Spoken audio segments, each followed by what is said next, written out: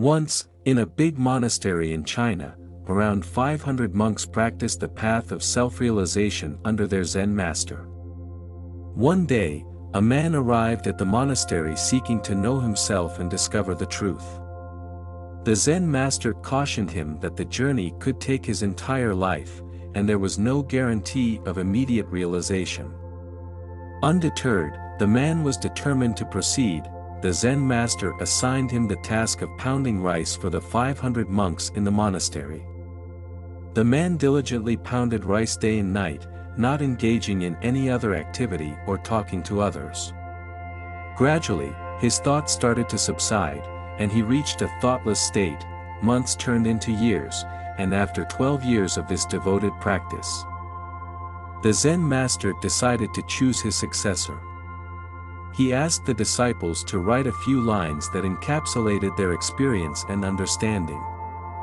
The chief disciple, well versed in Buddhist scriptures, wrote profound lines about the mind being like a mirror in the practice of meditation to clear the dust. However, the Zen master rejected those lines, seeing that they were mere bookish knowledge lacking true self-realization. Another surprising incident occurred when the insignificant rice pounder, who had never been considered significant by others, came forward. The rice pounder shared simple yet profound lines about the illusionary nature of the mind, revealing there is neither a mind nor a mirror. When the mind doesn't exist, where can dust settle? Those who realize this truth know the ultimate reality.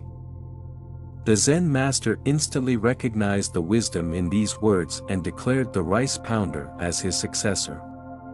However, knowing that others in the monastery might not accept this, he advised the new successor to leave the monastery and start anew elsewhere.